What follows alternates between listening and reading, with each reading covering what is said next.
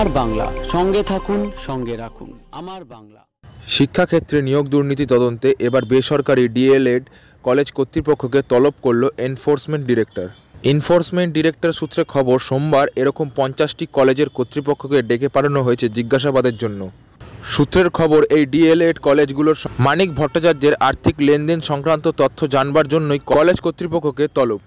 বেসরকারি বিএড এবং D.El.Ed college সংগঠনের সভাপতি তাপস মণ্ডলকে দফায় দফায় বেশ কয়েকবার জিজ্ঞাসাবাদের পর এই কলেজ কর্তৃপক্ষকে তলব করল এনফোর্সমেন্ট ডিরেক্টর। আপনারা কোন কলেজ থেকে আসছেন? আপনারা Basirhat Mahbubi college. Basirhat Mahbubi college of education. আপনাদের কি জন্য ডেকেছে বলে? এমনি ডেকেছে, কি কোনো কারণ কি বলেনি কিছু। কলেজে বলছি আপনাদেরকে ডাকা হয়েছিল তো? বলছি কোন কলেজ থেকে আপনাদের? কোন কলেজ বললো না।